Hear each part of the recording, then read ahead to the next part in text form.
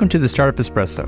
I'm Halti Martin, the host of the show, where we talk about raising funding for your startup and the time it takes to have an espresso. I hope you enjoy this episode.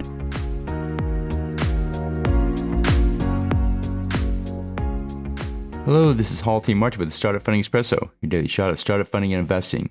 Equity compensation for employees varies greatly based on the location, type of startup, and job to be done. An overall allocation for employees is around 15% of the total equity.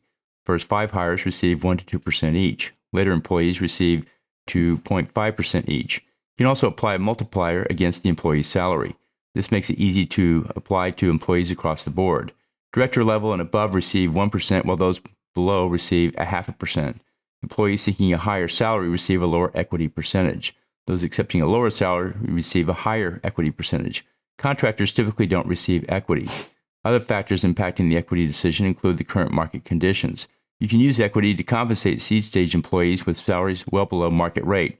Vest the equity over a 4-year period with a 1-year cliff. This ensures the employee stays with the company for a meaningful period of time, and capture all equity agreements into the cap table. Remember, follow-on fundraisers will dilute all the employee shareholders, similar to the founder and co-founder. Thank you for joining us for the Startup Funding Espresso, where we help startups and investors connect for funding. Let's go start listening to today.